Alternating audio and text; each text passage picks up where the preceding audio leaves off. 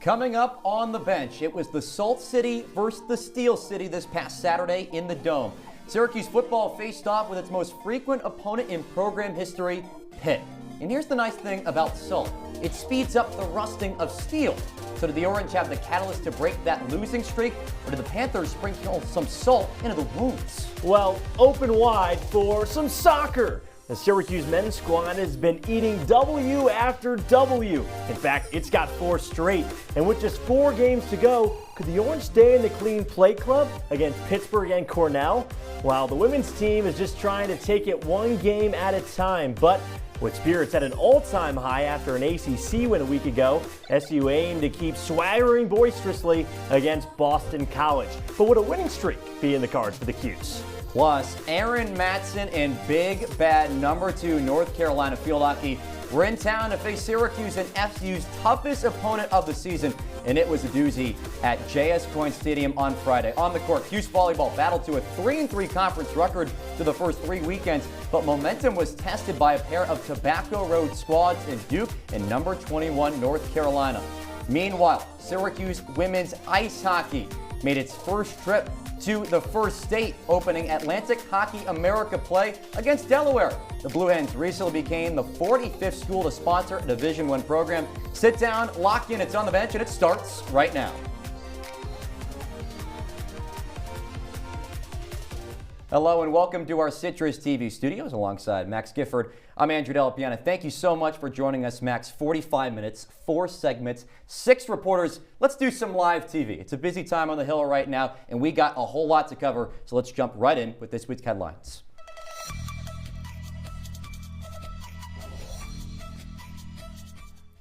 The city of Syracuse unveiled a new tribute to legendary men's basketball coach Jim Boeheim this weekend. A massive 3-story mural now covers the side of the building at 215 West Fayette Street in downtown. Our Jake Klein shows us how this new piece of art captures the legacy of a coach who helped shape Syracuse men's basketball. The legendary legacy of Syracuse's Hall of Fame men's basketball coach Jim Boeheim featured plenty of highs. Jim Boeheim and Syracuse have done it, back from the dead. A fair share of lows. Indiana wins the championship.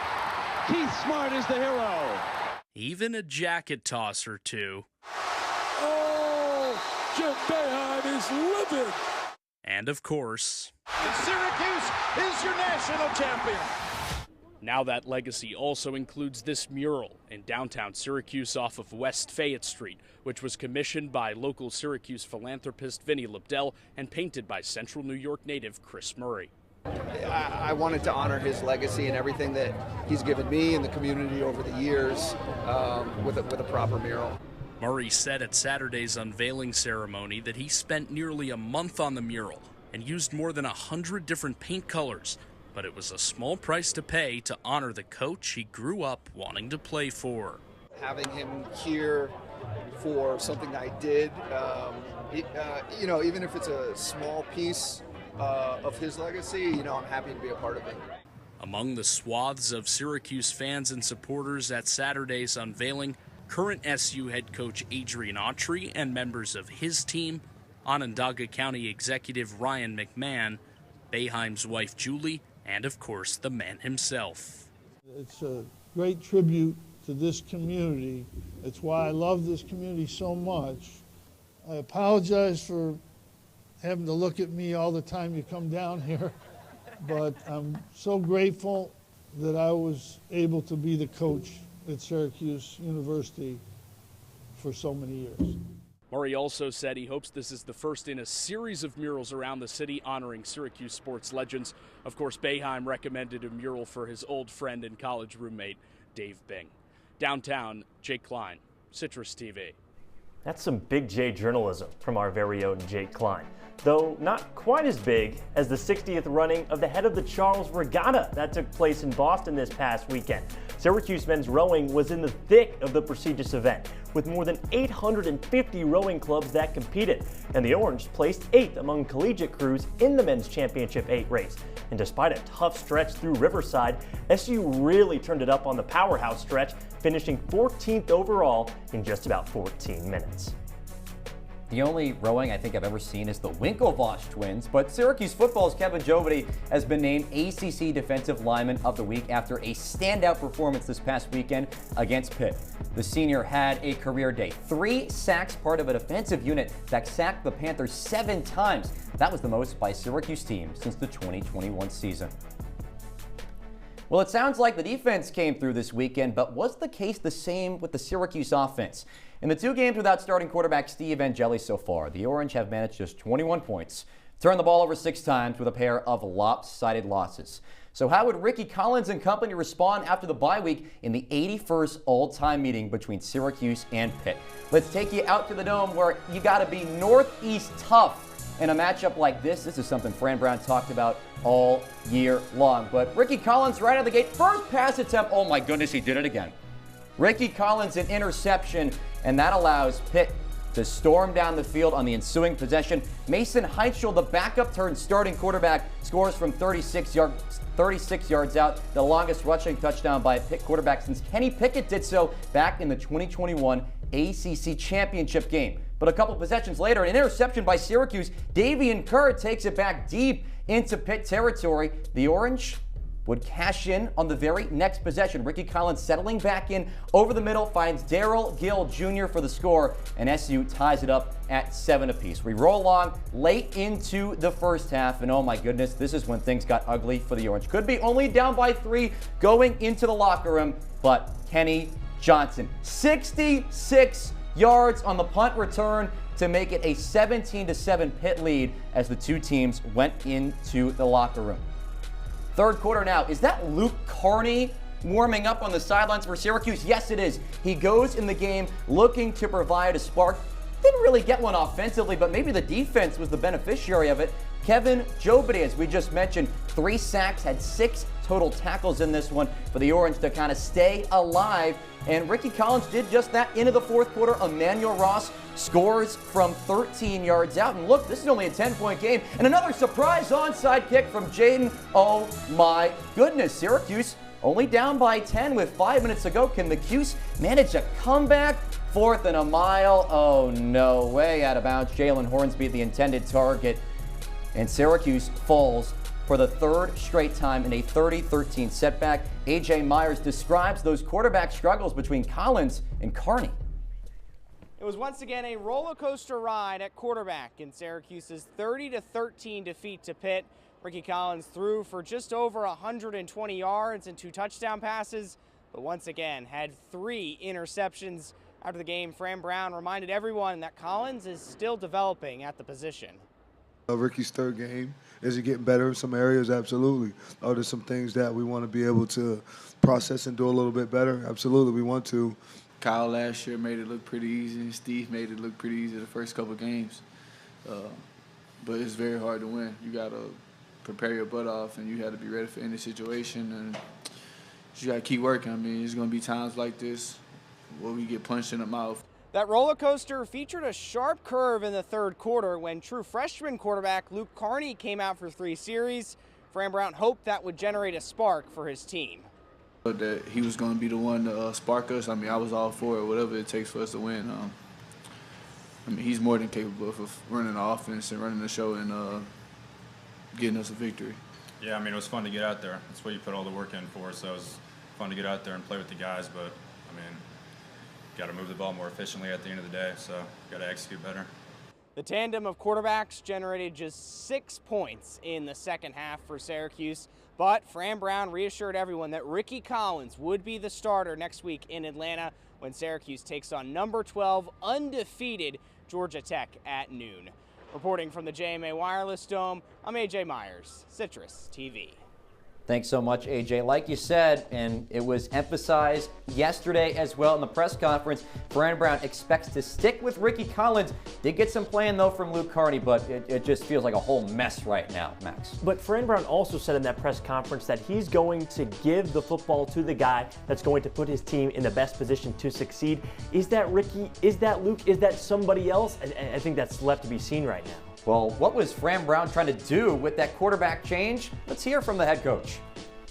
Just wanted to spark. I just be straight open with it when it comes to the quarterback position, right?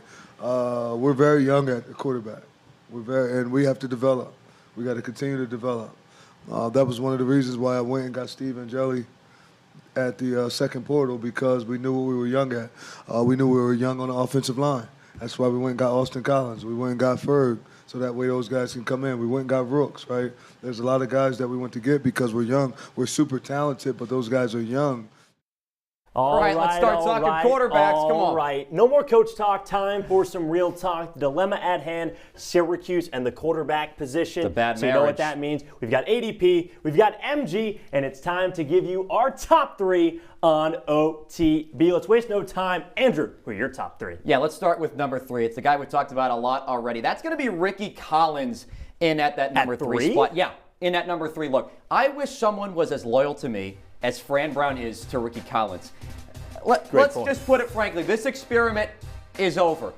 I am so sick and tired of watching Syracuse get worse and worse on offense by every passing week. Ricky Collins has no longer been the guy for me. I'm putting him at number 3. 4-star recruit. I don't care. He hasn't been good. Number 2, though, he might be a little bit better. Maybe in a hypothetical word, because it's Steve Angeli on the right leg, just the one leg. Is that a brace? Yeah, he's got the brace on the left leg that he got in the Clemson game because he got hurt earlier in that game, came back out, suffered the torn Achilles. But Steve Angeli getting into that Clemson game was number 2 in the country in passing yards.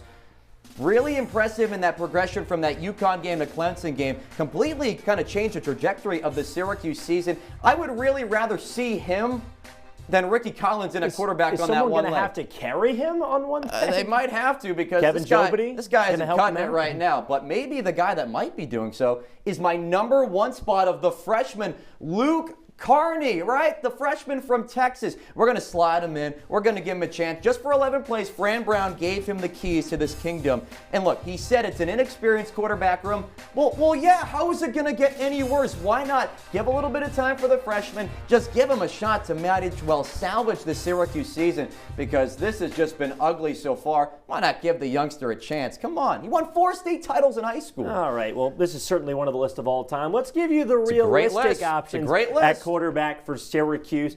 Let's start with my number 3 option. You may not know it. Syracuse has 3 other quarterbacks. If you don't know them, Jakari Williams, Rich Bellin, and Joe Filardi. I've never seen those guys in my life. Fran Brown mentioned Joe Filardi in his press conference this past weekend, said if he's good enough, he'll play. And I think at this point, the standard is if you have a pulse, if you have a right arm, and you at least have some understanding of how to throw a forward pass, you can be the quarterback of this team. Those 3 are my number 3 option, which leads me to my number 2 option, a guy that you said a little bit earlier, Luke Carney. And look, the only reason I have him at number 2 is because I think he's gotten 2 shots too many so far. But he's played in 2 games. Why would you burn this guy's red shirt? He's probably the only one in the quarterback room with poise and potential that's not Steve Angeli at this point. So what's the use when the season's already hanging by a thread? Why would you burn a couple of his games for his red shirt? I'm not worried about his red shirt. You got this team's got to make a bowl game. Syracuse is only going to win 1 or 2 games. It's going to be against North Carolina and Boston College. Maybe.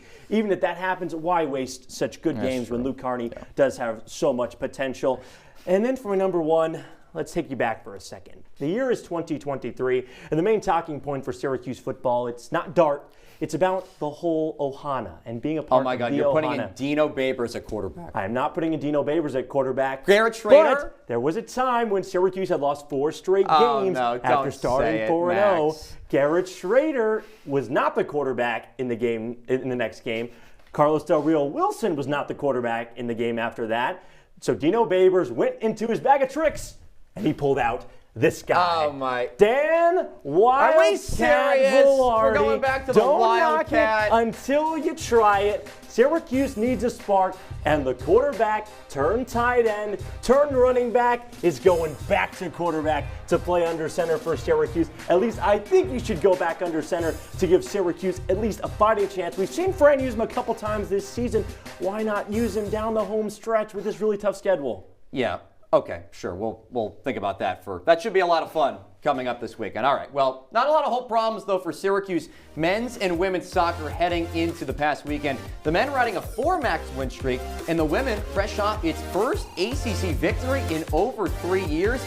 Did both squads keep the momentum going? OTB will BRB.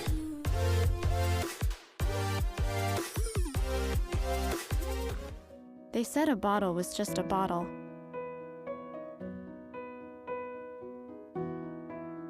That no one would ever notice me.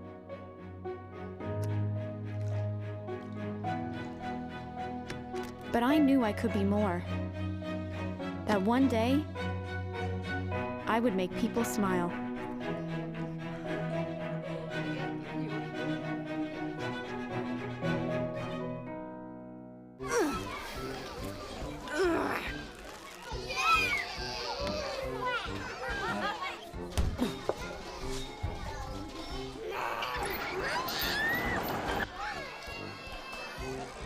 If you love them enough to crawl into a play place to get them to come down, then surely you'll check nhtsa.gov/the right seat to make sure they're in the right car seat.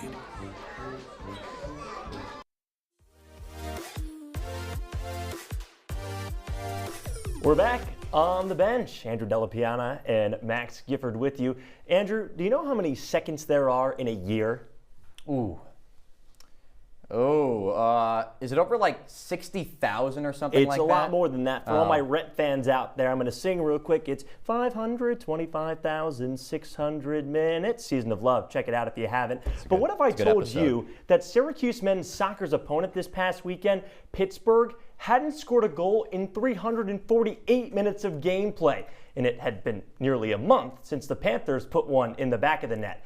That should bode well for an SU squad who had posted 4 straight shutouts headed into Saturday. Time for a showdown in the Steel City. Pitt probably pretty happy to not be playing the top team in the country as it had in 2 of its previous 4 contests. But just 8 minutes in, the Panthers would get a penalty kick, and it was their points leader, Arnau Villamajana, putting it in. The Spaniard had 3 goals in this game, but speaking of goals, Syracuse got right back to it. How about Chumre Omese sneaking one in on the back post to tie things up at 1? But then it's, hey, what do you say? Albert Thornton with the give and go to put Pitt up 2-1. I guess this was a game of multi-point affairs because Albert Thornton almost had a multi-goal game if Tomasa doesn't get a Paul on that goal. So second half, Pitt would pad its lead up, but then Michael Alqua says, oh yeah, gets his first goal in an orange kit to cut the deficit right back. And you're probably wondering where that guy's name that looks like a Wi-Fi password is. Well, he's right there, and he just scored. Arnau Villamajana with the hat trick gives Pitt the 4-2 win with his first Pitt hat trick in 6 years. 4 goals allowed by the Syracuse defense. Not going to bode too well going into tournament time. Well, Saturday was west on I-90 down to Pittsburgh. Tonight was south on I-81 to Ithaca. Syracuse faced Central New York foe Cornell tonight in its final non-conference matchup of the season. And the Orange did not get the job done on the road. A 2-1 setback to the Big Red in a game Syracuse was leading 1-0 at the half. And a non-conference loss for Syracuse, but that's a pretty good Cornell team, Max, that made it to the second round of the NCAA tournament a year ago. And let's not forget that Cornell has always been tough for Syracuse. Always. Going back the year that they won the national championship, one of the games they lost that year was to Cornell. So it's not to take anything away from them, but this does show you that Syracuse hasn't been very resilient after losses. You go back to that stretch when they lost to Duquesne and then tied New Haven. There's not much of a bounce back factor to this team that you've seen. Well, the final stretch of the regular season coming up for Syracuse. Really tough matchups where you got 2 ranked teams, number 17 North Carolina, then at number 6 NC State, and then look at that, you're in the ACC tournament, but really 2 tough teams from the Tar Heel State ahead. And it's going to be tough to tell if Syracuse can potentially host one of these ACC tournament games and potentially vie for a bid in the NCAA tournament. Well, to discuss a little bit more about that loss to Ithaca, we now bring in Adam Hipsky, who is live after Cornell in Syracuse. So Adam, great to have you. We'll start you off with, despite the loss, it felt like a complete 180 in performance from Pitt on Saturday. What happened in those 72 hours, my friend? Yeah, Andrew, earlier you said that this was a setback for Syracuse. Talking to head coach Ian McIntyre after the game, he thought that it was everything but a setback. After these 2 matchups with Pitt and Cornell, he's actually more encouraged with his team after those 2 games than after he was with a 4-game win streak under his belt. So listen, I think that the Pitt game it was Syracuse with a full tank of gas trying to speed Pitt up, but this is a Panthers team that struggled at the start of ACC play. They're healthy now. They're a much better team. Tonight, it felt like Syracuse tried to slow the game down and play more of its game as opposed to where Cornell wants to speed the game up. Syracuse dictated the first half, which was different than what happened in Pittsburgh. Well, even if they dictated it, Adam, we were just talking about it. There's only 2 more games to go until the ACC tournament. How does this result set up Syracuse for the rest of ACC play?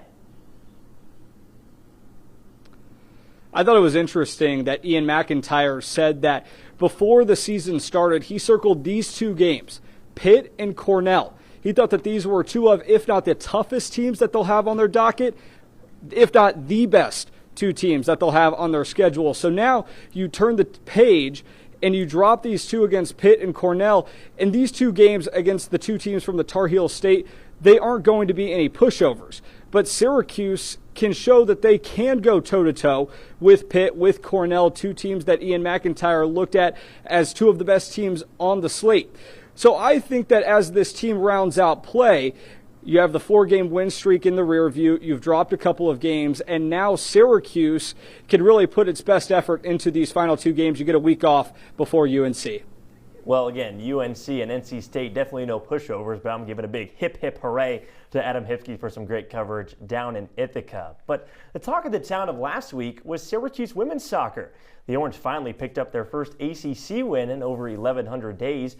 The only problem is, the last time SU was victorious in consecutive conference clashes, try 3,650 days, nearly a decade to this very day. One of the first times in forever the Cuse have come in with more wins in ACC play than its opponent.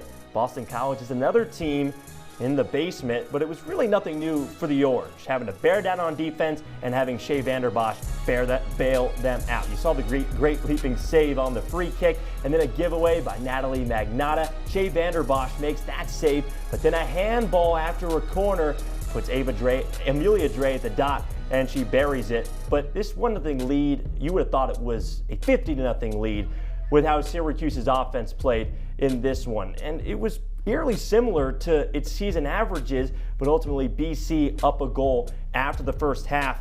And it was hard to tell whether this was a soccer match or a street fight in the second half, because there were 9 fouls in the final 45 minutes, including 2 yellow cards for the Eagles, which wouldn't ultimately matter because Boston College still led the column that counted when it's all said and done. But Cole Purvis, why was this the case?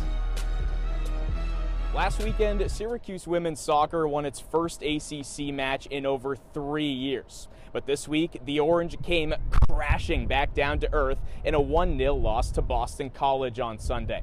A Syracuse handball in the first half set up a BC penalty kick, and the Eagles took advantage. Today, I think BC capitalized off of our mistakes. I don't think they really created anything on their own. I think it was all of our mistakes that caused them to be dangerous, but I don't even think they were really that dangerous at the end of the day. It's not like we didn't create anything. Croyle had a wide open goal in the first half. Mia had one from across. You know, how many corner kicks do we get? At the end of the day, we just didn't put it in the back of the net. One bright spot for the Cuse is that senior Mia Klammer is putting together a special season. The forward has a team-high 7 goals and rattled off 4 shots this afternoon. Yeah, she's tough to deal with, right? She's tall, strong, speedy, can get behind, she can hold the ball, so definitely a special player. Now Syracuse wraps up its regular season with 2 matchups in North Carolina this week, starting with a battle against number 9 Duke Thursday at 7. Reporting from SU Soccer Stadium, Cole Purvis, Citrus TV.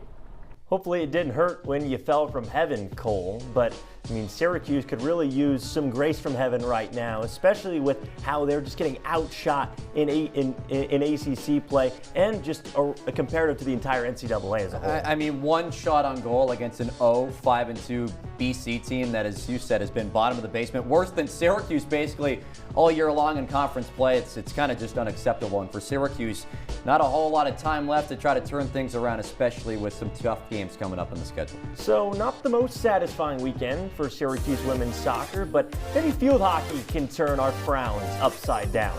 Number 2 North Carolina was in town, so we'll tell you how this ACC tournament rematch broke down. Syracuse women's ice hockey started conference play, and CitrusTV had boots on the ground in Newark. No, not New Jersey, Delaware. We've got highlights from those duels, plus a pair of ACC altercations in the women's building over the weekend for SU volleyball. On the Bench stays busy after this break.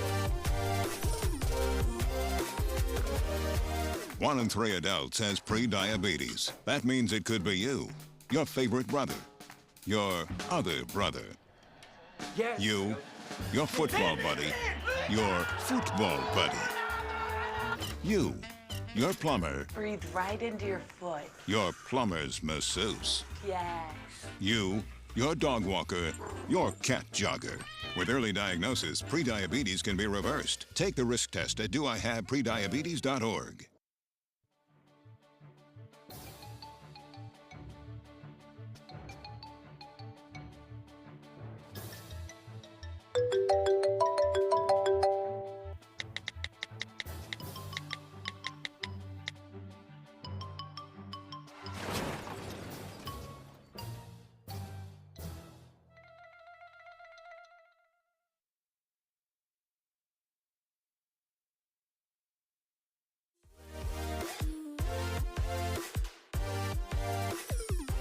Time's flying here on the bench alongside the 21-year-old Andrew Della Piana. I am the 22-year-old Max Gifford. Old man.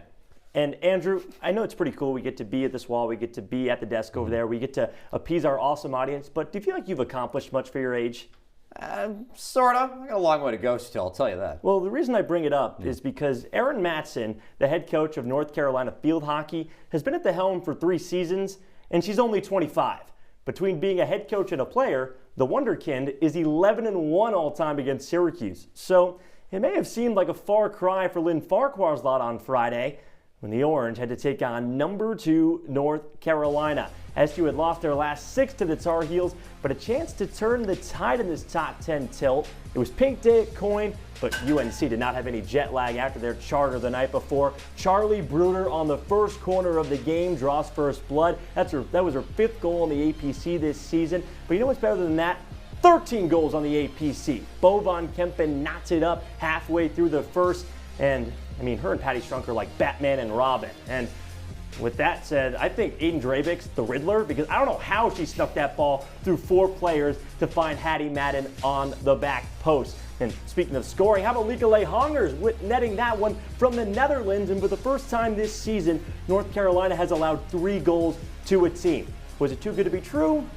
Well, the Tar Heels came out of the half hot. There's another goal from Charlie Bruder picking up the trash.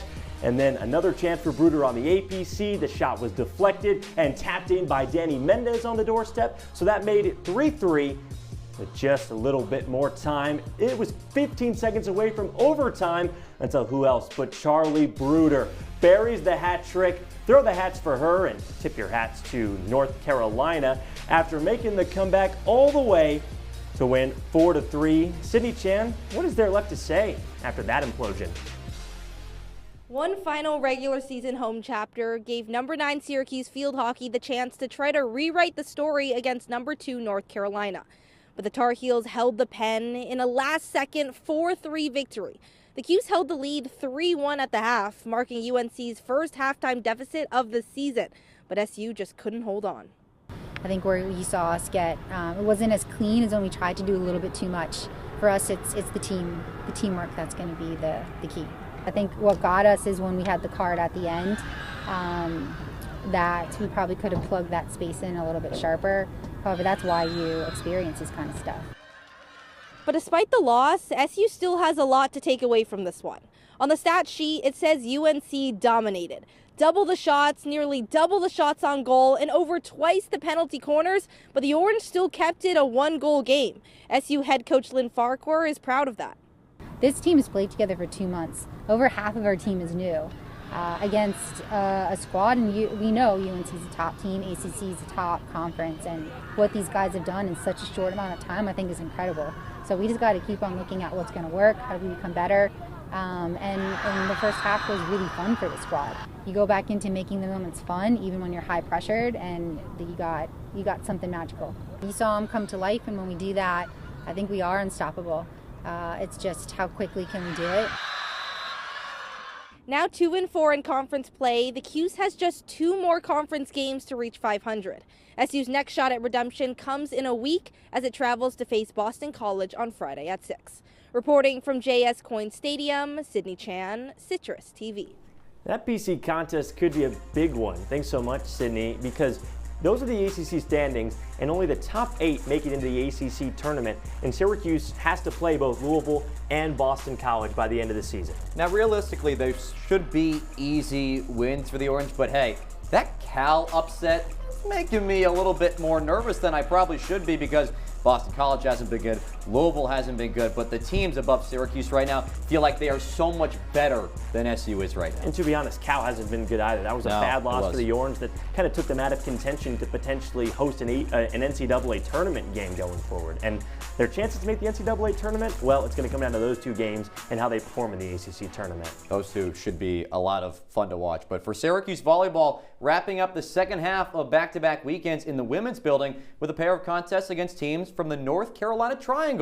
SU hosted Duke on Friday, UNC Sunday afternoon. SU has already been through 3 weekends of ACC play, sitting pretty at 3-3, and have already matched last season's conference win total. So could they add to that against the Blue Devils on the road here at SU? Well, the Orange got off on the right foot nice and early because Skylar George is alive and well. Perfect placement in the back right corner. 6th time this season she's had double-digit kills. But the defense also for Syracuse was phenomenal in this one. The Orange take the first set, and then history by Taya Maeva gets her 2,000th career assist on this kill from Gabby McLaughlin. She has been phenomenal in her time transferring over from Nevada. Syracuse absolutely cruising in this game. They take the second set very easily. Then in the final one, Gabby McLaughlin finishing touches on a 3-0 series sweep. The first ACC sweep in 3 years for the Cuse, Max. Well, the other team on Tobacco Road was riding an 8-match win streak, and that was none other than number 21, North Carolina. It was back and forth early on, with Syracuse actually sitting in the driver's seat. But North Carolina didn't let their deficit get any larger than 2. I mean, there were these cross-court shots after cross-court shots from Chelsea Thorpe that already put the Orange behind the 8 ball. But it was still a competitive contest, all things considered, and SU did stand tall in that second set. But when you get a spark plug like Bridget Malone back in the 3rd and 4th sets, I mean, that's almost unfair.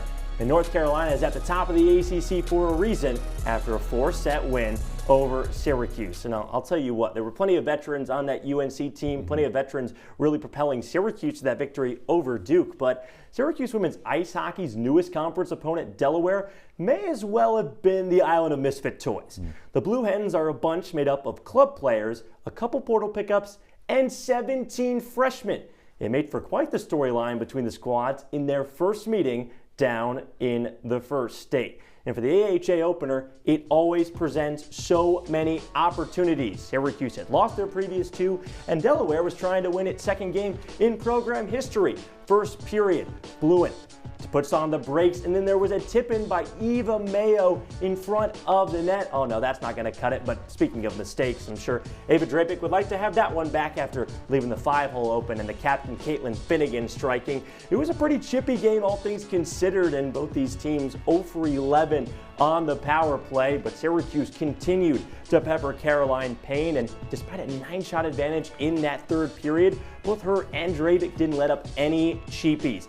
And Payne made 48 saves, and that was her 3rd fewest of this season up to this point. So that means 3v3 overtime, and that meant Ava Drapik had to continue to save the day. One of the unsung heroes of this game for sure, because the real MVP was none other than Celia Wiegand. Final seconds, the wraparound, and the bury in the bottom left corner. Just 6 seconds to go until OT.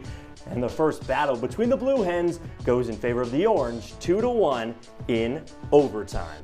How about Syracuse taking its first conference game of the season? We fast forward to Saturday, matchup number 2 between the Orange and the Blue Hens, as the Orange trying to sweep this opening weekend, go to 2-0 in conference play. But As Max mentioned, it was defense, it was physicality. That was the story of game number 2, where saves, blocks were traded off. 30 block shots for Delaware. They still had 30 saves from Matty Robitzer, who didn't get the start in that first game. Plenty of good defense, though, for the Blue Hens. 0 for 3 on Syracuse was the Orange in the power play category in this game. Fast forward to the second period, that's when the physicality start to pick up. Heidi Knoll gets called for the cross-checking, a slash and go against the Blue Hens. 6 combined penalties for 12 penalty minutes in that second period, and even Emma Ganaidi, the freshman, getting a little physical in front of her goalkeeper, and we are scoreless after 2 periods of play, but Syracuse finally catches a break with Riley McLeod.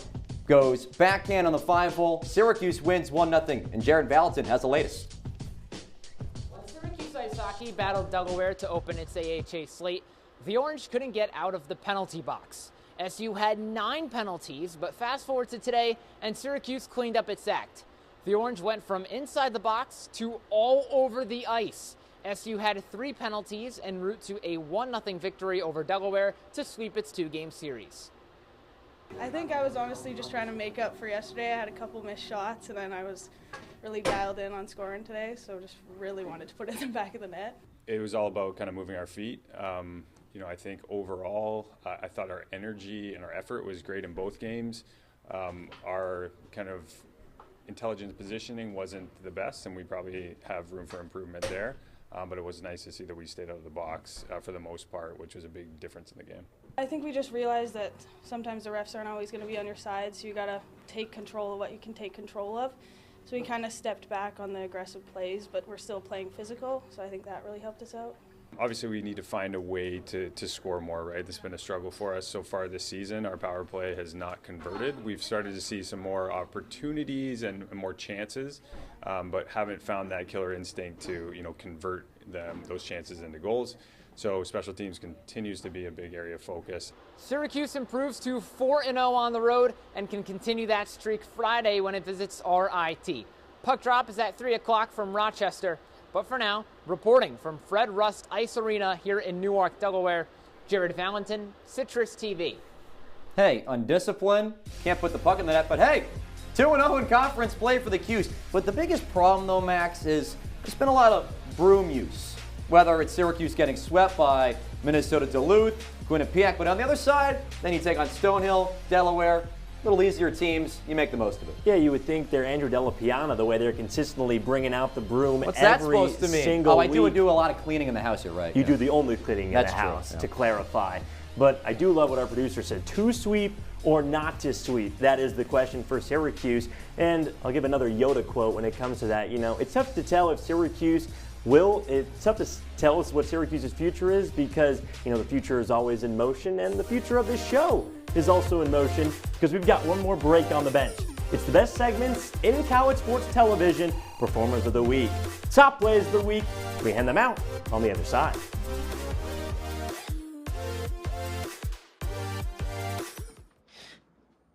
Your daughter just had her first breakup. Do you A, put yourself in her shoes? B, console her? Don't worry, sweetie. This is gonna happen a lot. Or C, find her a new boyfriend? Nice, single boys. That was weird. As a parent, there are no perfect answers. But you don't have to be perfect to be a perfect parent. Thousands of teens in foster care will love you just. They call me Maxie, but I prefer tripod. I was your above-average four-legged homie, and then wham, bam, minivan. Some people pity me. Now that's lame. I still run, fetch, and swim. And the ladies love me. I'm the ultimate wingman. Just don't ask me to high five.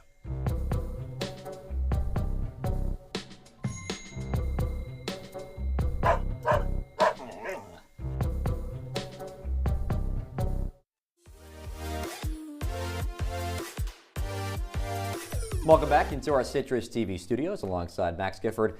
I'm Andrew Della Piana. Now it's time for our favorite part of this show, Players and Performers of the Week. We got all this great action we just went over in the highlights, but what players were the best of the best? We start on the ice with Ava Drabik, the freshman from Saskatchewan. She has been phenomenal in her time here on the Hill. Phenomenal this past weekend as well in the first state.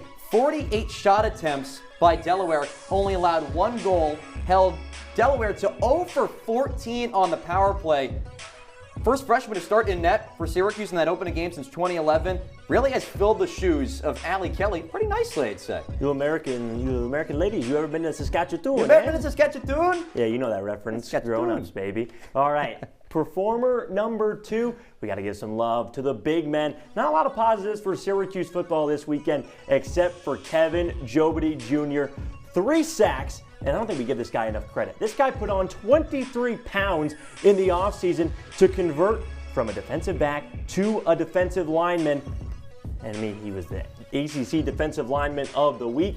Got his praise that he deserved, and he's the first Orange player to have 3 sacks in a game against FBS competition since 2021. Spectacular stuff from Jobody Jr. Wish that was enough, though, to put some more points on the board offensively. All right, the player that put a lot of points on the board, though, offensively, comes on the volleyball court. Gabby McLaughlin moves into our 3rd and final Performer of the Week. She has been spectacular in her time here with SU. 11 double-doubles this season, 25 kills this past weekend against Duke and UNC, with that 11th double-double coming in that Duke game. 118 kills since entering conference play. That is top 10 in the conference. And this Syracuse team has really revitalized. You get them up to now over 4 conference wins. You take on Boston College tomorrow. This team is rolling right now. And I think if I'm doing the math, that's her 5th Performer of the Week award in 8 OTB shows, but we still have 5 plays of the week to give out. So let's get this party started with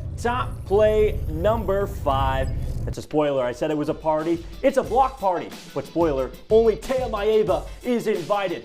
Bam! Look at that solo effort on the block. She said, not today, Jackie Taylor. And to make things even better, if you look closely, a little 21 on 21 crime. Really one of the few positives in SU's loss to UNC. Well, let's stick with this North Carolina theme because Like Langhongers of field hockey.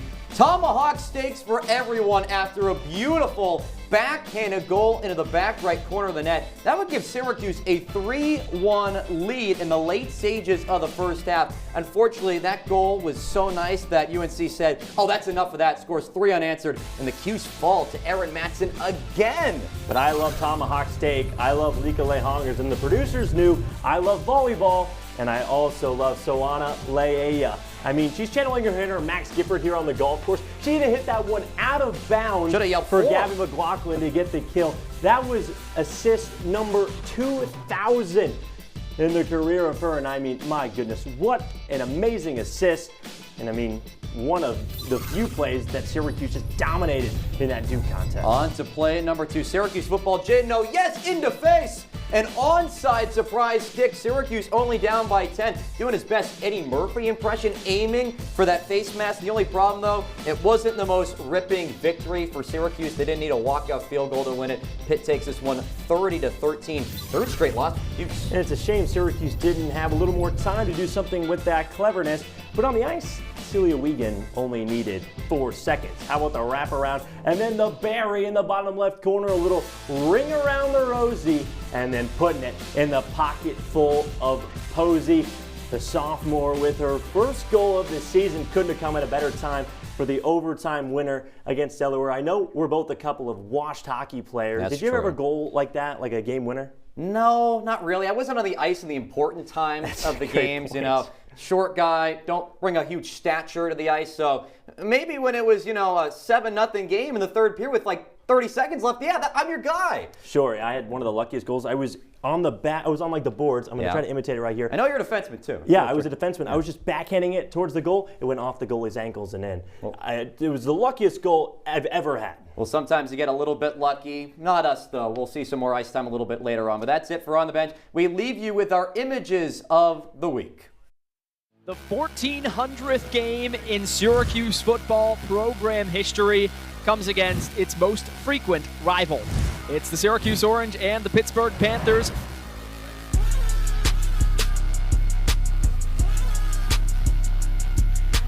Ball at the 11-yard line. Collins takes the snap. No, he fakes the handoff, tosses it into the end zone for Gill, and he's got it for a touchdown.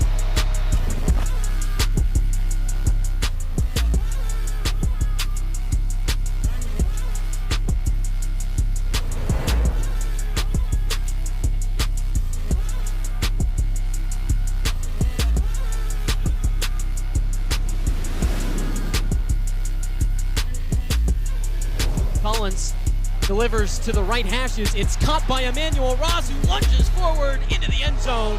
Touchdown, Syracuse.